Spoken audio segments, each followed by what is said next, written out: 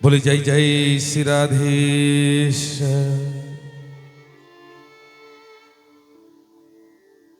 सुखदेव महाराज जी তিনি রাজা পরীক্ষিতকে সপ্তম দিনের কথা শুনিয়েছিলেন, শ্রীমদ্ ভাগবত কথা। এখনই পরীক্ষিত কাকে বলে আমরা এখানে জানরা আছি না, সকলেই পরীক্ষিত। এই প্রত্যেকটা মানবী পরীক্ষিত। মা আমাদের দিকে ধ্যান দিয়ে কথাকে শ্রবণ করতে হবে। আমরা সকলেই পরীক্ষিত। পরীক্ষিতের বাবার নাম কি ছিল? অভিমন্যু। পরীক্ষিতের বাবার নাম অভিমন্যু ছিল। আর অভিমন্যুর বাবার নাম কি ছিল? অর্জুন। অর্জুনের বাবার নাম কি ছিল? পাণ্ডব। পাণ্ডবের বাবার নাম কি ছিল? ব্যাসদেব। ব্যাসদেবের বাবার নাম কি ছিল? পরাশর। পরাশরের বাবার নাম কি ছিল? শক্তি। আরে এই শক্তি, পরাশর, ব্যাসদেব আদি জান্ডা এসেছেন ব্রহ্মা থেকে এসেছেন। মা কলিযুগের অন্তিম দিকে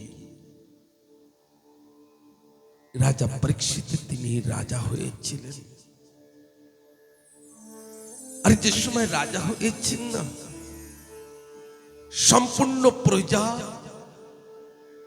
সম্পূর্ণ জীব জন্তু, পশু পাখি সকলেই আনন্দতে জীবনে যাপন করতেন।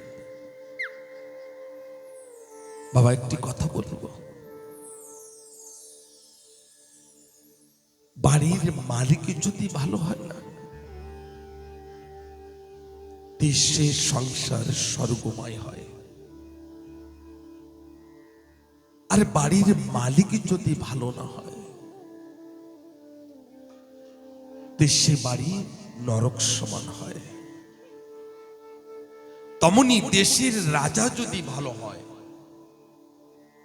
তা প্রজা আনন্দতে থাকে। আর রাজা যদি খারাপ হন না, তা প্রজার জীবনের কষ্টের কারণই রাজা হন। কিন্তু রাজা পরীক্ষিত তো একজন ধার্মিক রাজা ছিলেন। কখনো কোনোদিন অধর্ম কর্ম করেন।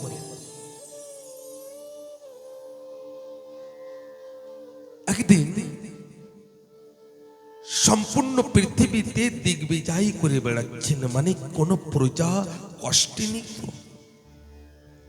দুঃখে নেই। মা এমন সময় রাজা পরীক্ষিত তিনি দেখছেন অসহায় গাবি এক পায়ে দাঁড়িয়ে আছে, ব্যাল একজন কালো মানব মস্তকে মুকুটে রাজার বেশভূষা ধারণ করে ওই অসহায় গাভীর পরে, ব্যালের পরে অত্যাচার শুরু করেছে। এমন সময় ওই রাজা পরীক্ষিত ওই ধনুষে বাণ চড়িয়ে ওই কালো মানবের দিকে ধরেছে। আর বলছেন, হে তুমি কে? আমার রাজ্যে তুমি অসহায়ের পরে অত্যাচার করছো, তুমি অবলার পরে অত্যাচার করছো, তুমি কে? আর মৃত্যুর জন্য প্রস্তুত হয়ে যাও। ওই কালো মানব মা দুই হাত জোড় করে বলছেন, হে রাজা পরীক্ষিত, আমি কলি। এই দাপার যুগ সমাপ্ত হবার পরে কলিযুগ আসবে। আর কলিযুগের আমিই রাজা হব, আমি রাজা হব।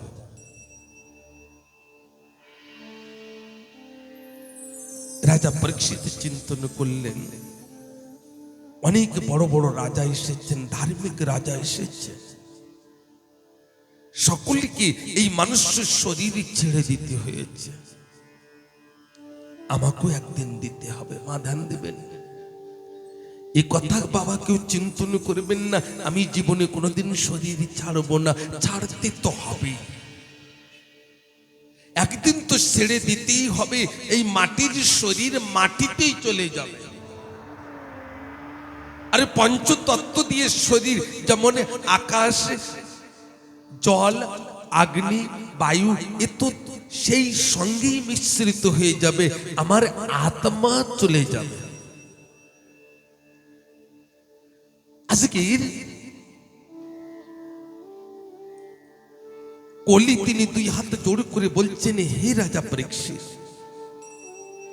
আমি যেখানে যেখানে যাই আপনি সেখানে সেখানে কেন যান? রাজা পরীক্ষিত বলছেন, মৃত্যুর জন্য তৈরি হয়ে যাও হে কলি। তুমি আমার রাজ্যে অসহায়ের পরে তুমি অত্যাচার করেছ, মৃত্যুর জন্য প্রস্তুত হয়ে যাও। বাবা, আমাদেরকে ধ্যান দিতে হবে। কলি বলছেন, হে রাজন, হে রাজা পরীক্ষিত, আমাকে হত্যা করবেন না। আপনি আমাকে এমন এমন স্থান দিন, আমি সেই স্থানে থাকবো, তার থেকে বাইরে কোথাও যাব না।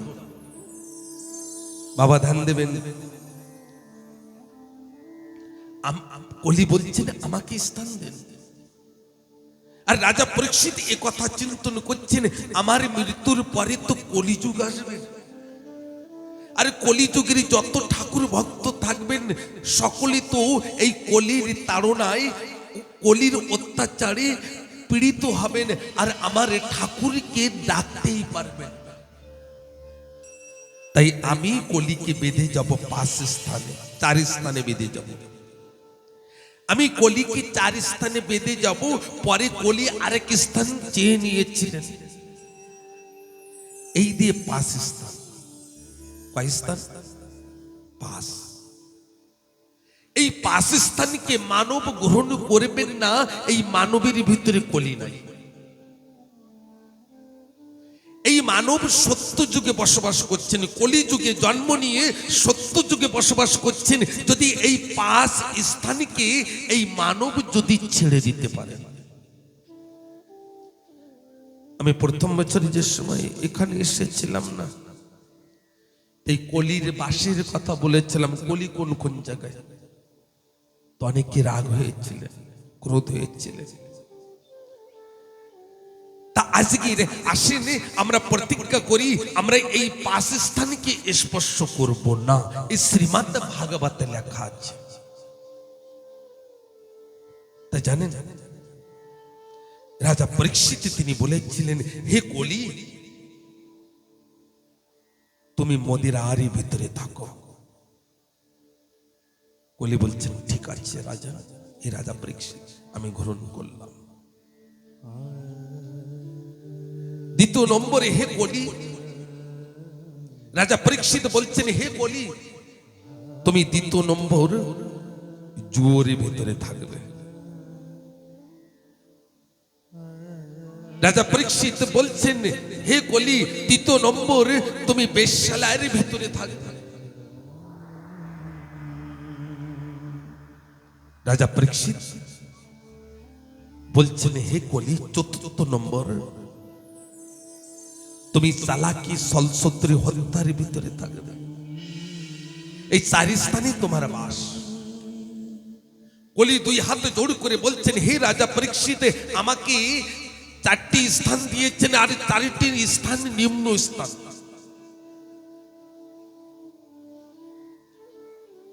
মদিরার ভিতরে, জুয়োর ভিতরে, বেশ্যালয়ের ভিতরে, আর চালাকি, ছলছত্রী, হত্যা একটি নিম্ন স্থান দিয়েছে। 4টি নিম্ন স্থান। একটি ভালো স্থান তো আমাকে দেন।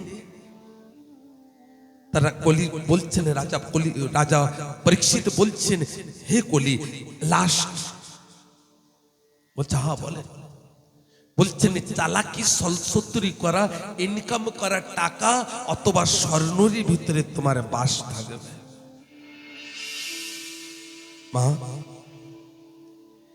এই পাকিস্তানের কথা আরো ভেঙে বলবো না সকলে বুঝতে পেরেছেন? যদি বুঝতে পারেন যে পাকিস্তান, যে পাকিস্তান মনে থাকবে তো। এই পাকিস্তানিকে কখনো স্পর্শ করবেন না, না একটু ভাঙিয়ে বলবো? বলবেন তো যে একটু ভাঙিয়ে বলবো না পাকিস্তানের কথা বুঝতে পেরেছে? তো সর্বপ্রথম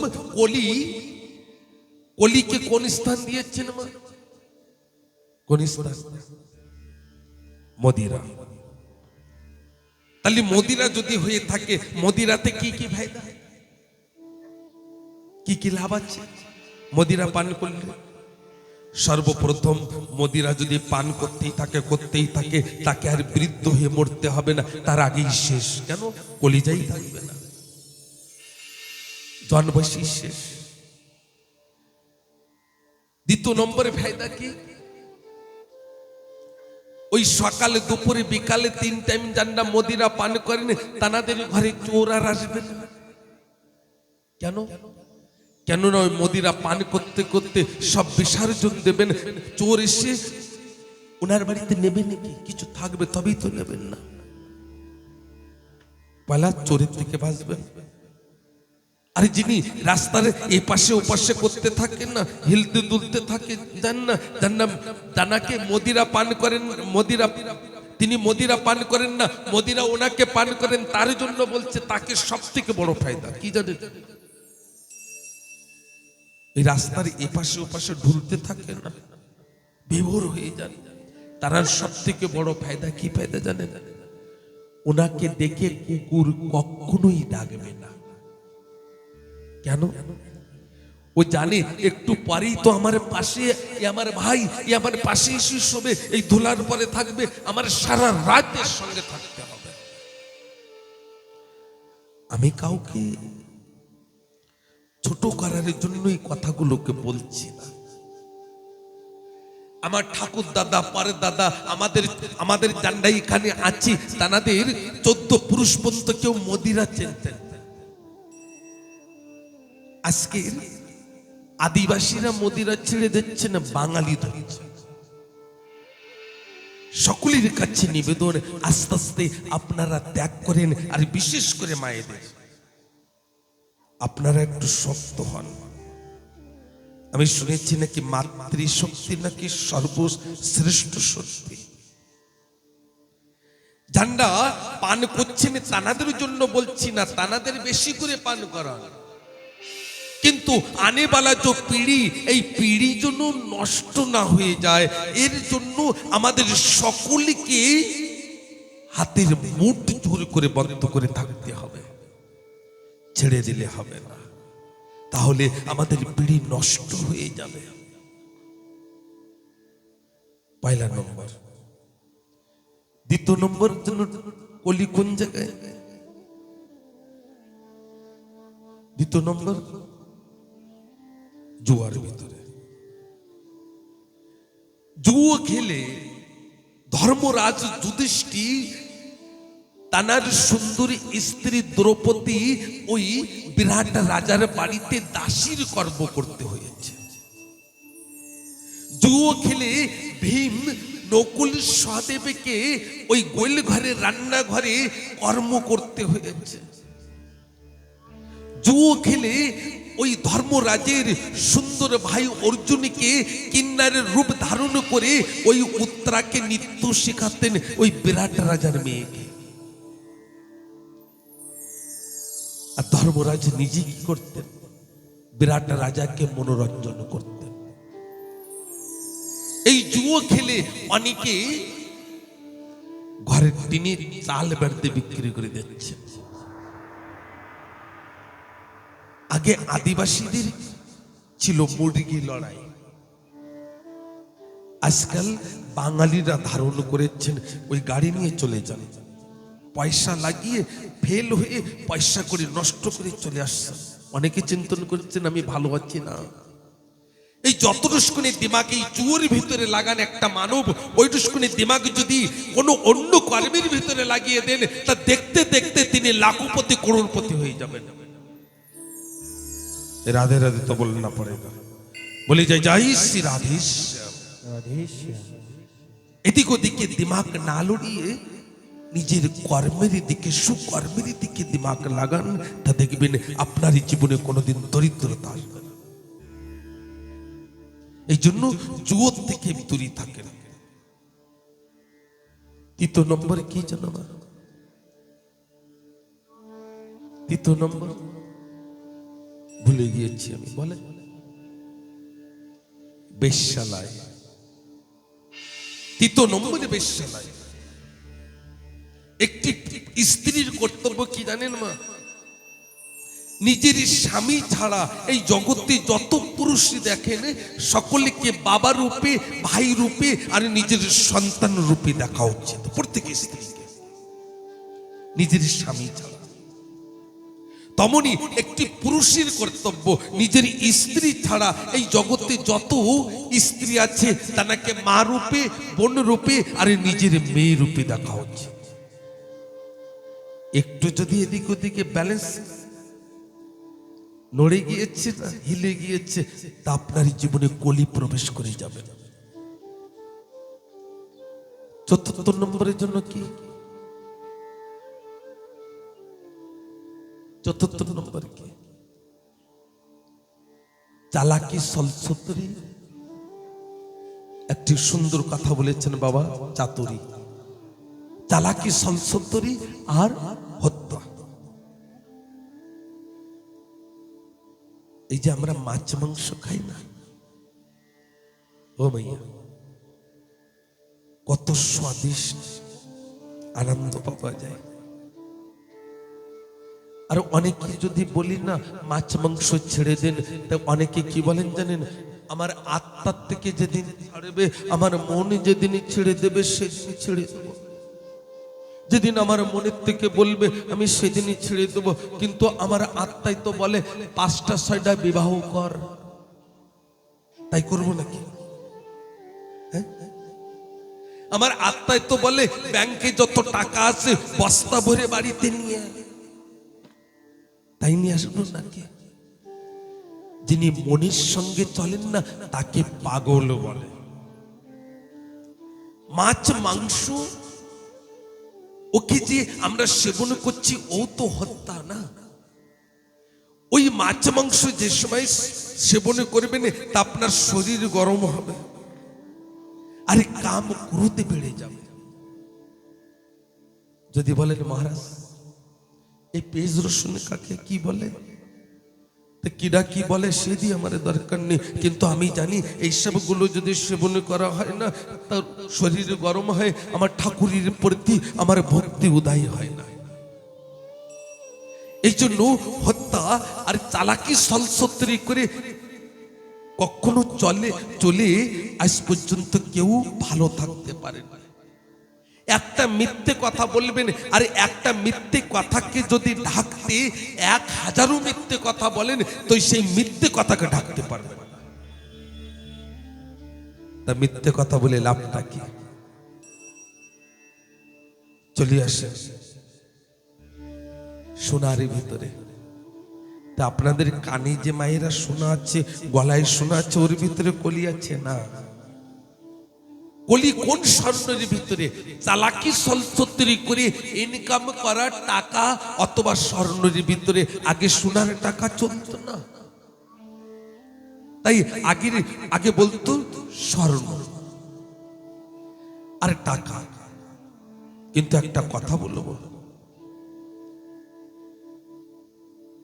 চালাকি সলসত্রি করা টাকা না বেশি সময় থাকে না।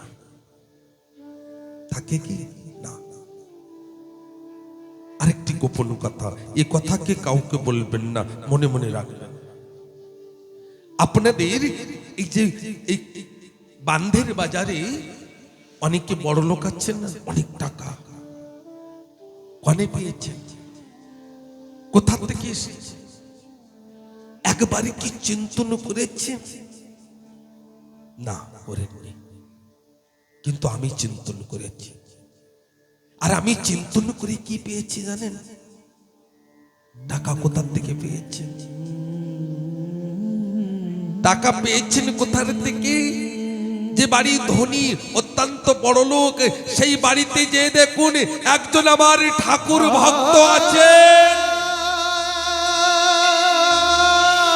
সকালে বিকাল দুপুর 3 টাইম আমার গোপাল সেবা না করে প্রসাদ পান। 3 টাইমে যদি আমি কৃষ্ণ পুজো করি আর আমার জীবনের থেকে যদি দরিদ্রতা চলে যায়, তো এই সুবর্ণ সুযোগ কেন ছেড়ে দেব? বাবা আমি ঠিক কথা বলছি কিনা? একটু হাত উঁচু করে বলতে হবে না যে মহারাজ এই কথা ঠিক।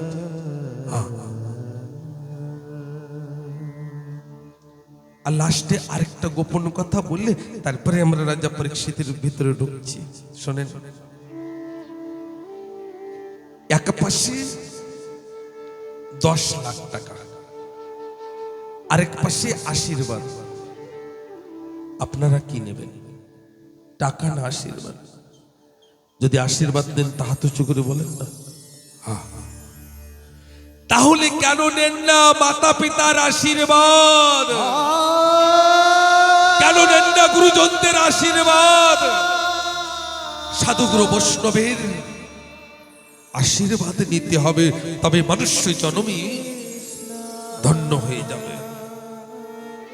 জানেন মা, আজকে কলস ভরতে গিয়েছেন না, আমি চিন্তন করেছি কি কলস মনে সিধা সিধি ভরে দেবেন জলের ভিতরে।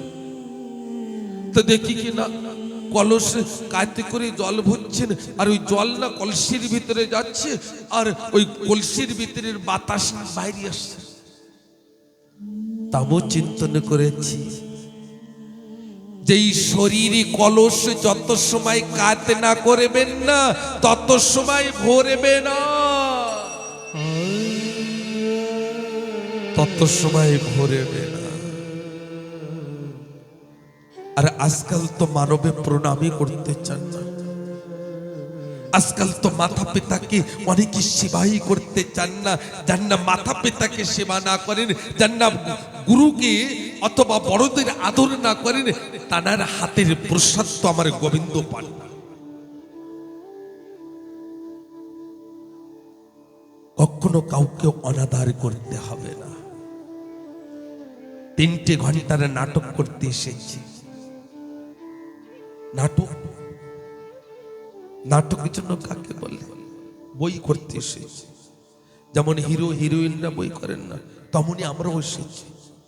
শিশুকালে, যৌবনকাল আর বৃদ্ধকাল, তা যেগুলো নাটক করছি না আমরা, এতে গুট রোল নেওয়া উচিত, কুট রোল নয়।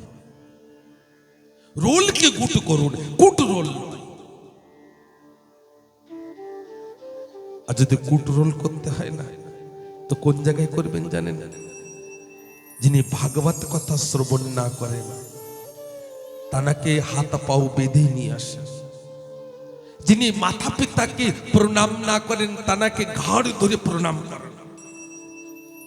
যে জন্মদাতার মাতা পিতার তো কমসে কম প্রণাম কর, এই শিক্ষা তো কমসে কম ধারণ কর। ওই জায়গায় গুট রোল করেন, কোনো ব্যাপার নেই, কিন্তু বাস্তবিক জীবনে গুট রোল নেওয়া উচিত। রাধে রাধে তো বলনা পড়েগা, বলে জয় জয় শ্রী রাধে। হে ঠাকুর ভক্তগণ, আজকে রাজা পরীক্ষিত পাকিস্তানকে কলিকে দিয়ে রাজা পরীক্ষিত তিনি চলে গিয়েছেন নিজের রাজভবনে। আর যে সময় রাজভবনে গিয়েছেন বাবা, সেই সময় জানেন রাজা পরীক্ষিত চিন্তন করছেন আমার পূর্বজগণ আমাদের জন্য কি রেখে গিয়েছেন। আমরাও কিন্তু অনেকে আমাদের ঠাকুর দাদা মাতা পিতাকে অনেকে কিন্তু কটু কথা বলেন। অনেকে ওই সময় তো সোনা 500 টাকা কেজি ছিল, তো 10 কেজি যদি কিনে রাখতেন সোনা, আজকে বড় লোক হয়ে যেত। কিন্তু ওই সময় যে 10 পয়সা ইনকাম করতে কত কষ্ট ছিল, ওই সময় 10 পয়সা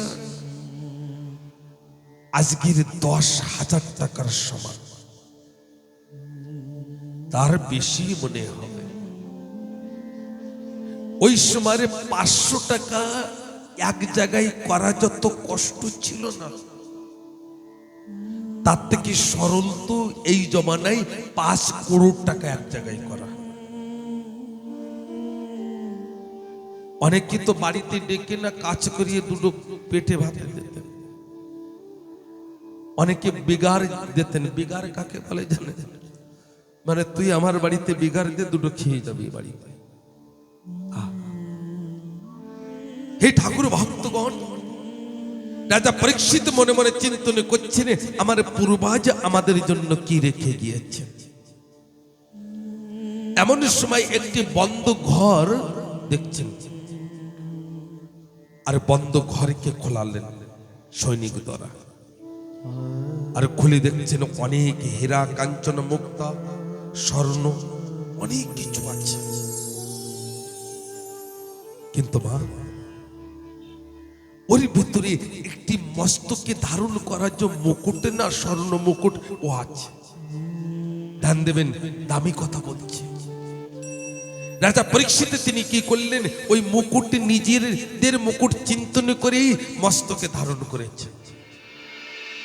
আর যেই মস্তকে ধারণ করেছেন, কলি না রাস্তা পেয়েছে, আর কলি সর্বপ্রথম রাজা পরীক্ষিতের পরে চেপেছে। পরীক্ষিত স্থান দিয়েছে কলিকে, আর পরীক্ষিতের পরেই সর্বপ্রথম কলি চেপেছে। কেন চেপেছেন জানেন মা? ও ভাইয়া, ওই যে মুকুট না, ও মুকুটটি রাজা পরীক্ষিতের পূর্বজেরই ছিল না। ওই মুকুটটি ছিল জরাসন্ধ রাজার মুকুটে, যিনি কংসের শ্বশুর মশাইয়ের মস্তকের মুকুট ছিল। এই জন্য না না কোনদিনে কারোর কাপড় ধারণ করতে নাই, কোনদিনে কারোর জুতো চপ্পল ধারণ করবেন না। এ কথা বলবেন না দিদি দেই তোর কানে একদিন কানে দি, আমার নাই আমি ধারণ করব না। আর যদি করে বসেন তাহলে কেন কলি আপনার ভিতরে প্রবেশ করে যান। এই জন্য জানলা সাধু ঋষিগণ তারা কারোর কোন বস্তুকে স্পর্শ করতে চান। কিন্তু রাজা পরীক্ষিত তো এ কথা জানতেন না যে মুকুটে আজকের যে আমাদের বাড়িতে এই মুকুটে জরাসন্ধর মুকুট, আর যে সময় মস্তকে ধারণ করেছেন মা, রাজা পরীক্ষিত মনে মনে চিন্তন করছেন আমি মৃগ শিকারে যাব। মৃগ কাকে বলে? হরিণ শিকারে। জীবনে কোনোদিন রাজা পরীক্ষিত মৃগ শিকারে যাননি, জীবনে প্রথমবার যাচ্ছেন। পরীক্ষিত কাকে বলে জন্য মা? পরীক্ষিত মানে আমরা এখানে জানা আছি না, সকলে পরীক্ষিত। পরীক্ষিতের জীবনে কয়দিন বেঁচে ছিল যেন? 7 দিন। আমাদেরও কিন্তু 7 দিন।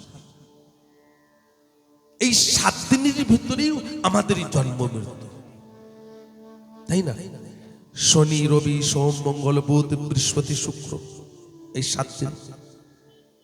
এই 7 দিনের ভিতরেই আমাদের জন্ম, আর এই 7 দিনের ভিতরেই আমাদের মৃত্যু। এই জন্য পরীক্ষিত কাকে বলেছেন? পরীক্ষিত আমরা জানলা সকলে পরীক্ষিত। এখনই ওই মুকুট ছিল জরাসন্ধ রাজার, আর জরাসন্ধ রাজার মতন একটি ধার্মিক রাজা খুবই কম ছিল ওই সময়।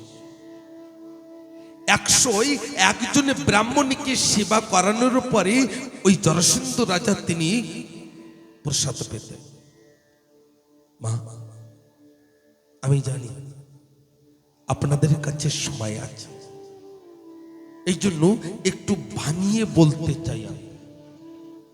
এই যে কথাগুলোকে বলছি না, অল্প কথা শ্রবণ করুন, কিন্তু কথাগুলোকে ভিতরে নিয়ে যান। এই কান্দে শ্রবণ করে এই কান্দে প্যান্ডেলের ভিতরে রেখে যেতে হবে না, নিয়ে যান সাথে করে।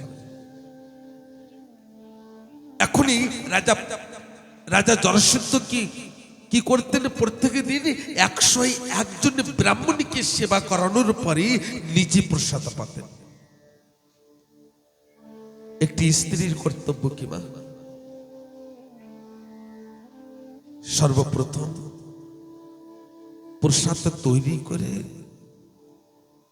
ঠাকুরকে নিবেদন করে নিজের স্বামীকে প্রসাদ পাওয়ানো উচিত। যদি স্বামী না থাকে তাহলে শ্বশুর শাশুড়িকে দেন, আর শ্বশুর শাশুড়িকে যদি না পান তাহলে নিজের সন্তানকে দেন, আর সন্তান যদি না থাকে তাই এক মুঠো অন্ন নিয়ে গাভীর মুখে দিয়ে তারপরে প্রসাদ পাওয়া উচিত। ওই ভরা হাড়ির থেকে যদি প্রসাদ পান না তা ওই বৃদ্ধ মায়েরা বলেন নাকি স্বামীর আয়ু কম হয়ে যায়। প্রত্যেকটি স্ত্রীর কর্তব্য তাই। আরেকটু গোপন ভাবে বলবো মা, আগের মায়েরা যে প্রসাদ তৈরি করতেন না, কত স্বাদিষ্ট ছিল, অমৃতময় প্রসাদ। এখনো অনেক বৃদ্ধ মায়েদের রান্না করতে দেবেন, তেল অল্প দেবে, ঝাল অল্প দেবে, লবণ অল্প দেবে, সব অল্প দেবেন, কিন্তু স্বাদিষ্ট হয়। কিন্তু আজকালকার মায়েরা যারা রান্না করেন এনাদের হাতে স্বাদিষ্ট হয় না। কারণটা কি? তা যদি জিজ্ঞাসা করি মা এই তরকারি ভালো হয় না কেন, ভাত ভালো হয় না কেন, তা মা বলে কি খাদের যা মেটেরিয়াল না, এক একটি গাছের গোড়ায় 2-5 কেজি খাদ যদি দেয় তা স্বাদিষ্ট কোথার থেকে আসবে? তাই তো বলে না? কিন্তু না, যদি এমন কিছু হতো তাহলে আপনাদের যে কালী মন্দিরে হোক চাই যেখানে খিচুড়ি প্রসাদ দেন না, কীর্তনের ভিতরে দেন, তো ওই প্রসাদের স্বাদিষ্ট কেন হয়? ওই মশলা কি কোনো বাংলাদেশের থেকে আসে নাকি, কোনো বোম্বাই থেকে আসে নাকি? এ তো সেই বান্দের বাজারের। কিন্তু বাড়িতে খিচুড়ি রান্না করলে ভালো লাগে না, আর ওখানে পেট ভরে মানে নিতেই যান নিতেই যান নিতেই যান। কারণটা কি? কারণটা কি কোনোদিন কি একবারও চিন্তন করেছেন? বলবো না কি বলবো না? আপনার হাতের প্রসাদও স্বাদিষ্ট হবে। আগের মায়েরা যে সময় রান্না করতে যেতেন না, পরিষ্কার সাফ সুতরা হয়ে কলসির কাছে যে প্রণাম করতেন, কলসির থেকে যে সময় চাল নিতেন না, নোবার পরে আমি নিজে দেখেছি ওই থালের থেকে ওই যে পালির থেকে আবার 3 বার ওতে রাখতেন, কয়টা করে।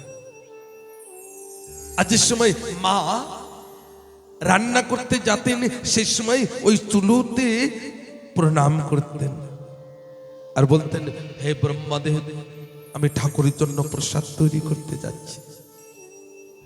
আর যে সময় রান্না করতেন সেই সময় না ওই চুলোয় কাঠ দিয়ে রান্না করতেন আর গান করতেন গুনু গুনু করে। যদি বলেন মহারাজ আপনি কি কায়দায় জানেন, তা আমি আমার মায়ের কোলে বসে বসে দেখেছি ছোটবেলায়। কান্না করতেন, আমার গলার হারে খুলে নিয়ে ওগো ললিতে, বনমালী গো পর জন্মে তুমি হইও রাধা। এই যে এইভাবে কান্না করতেন আর প্রসাদ তৈরি করতেন। আর কি চিন্তন করতেন জানেন? একজনের জন্য প্রসাদ তৈরি করেছি,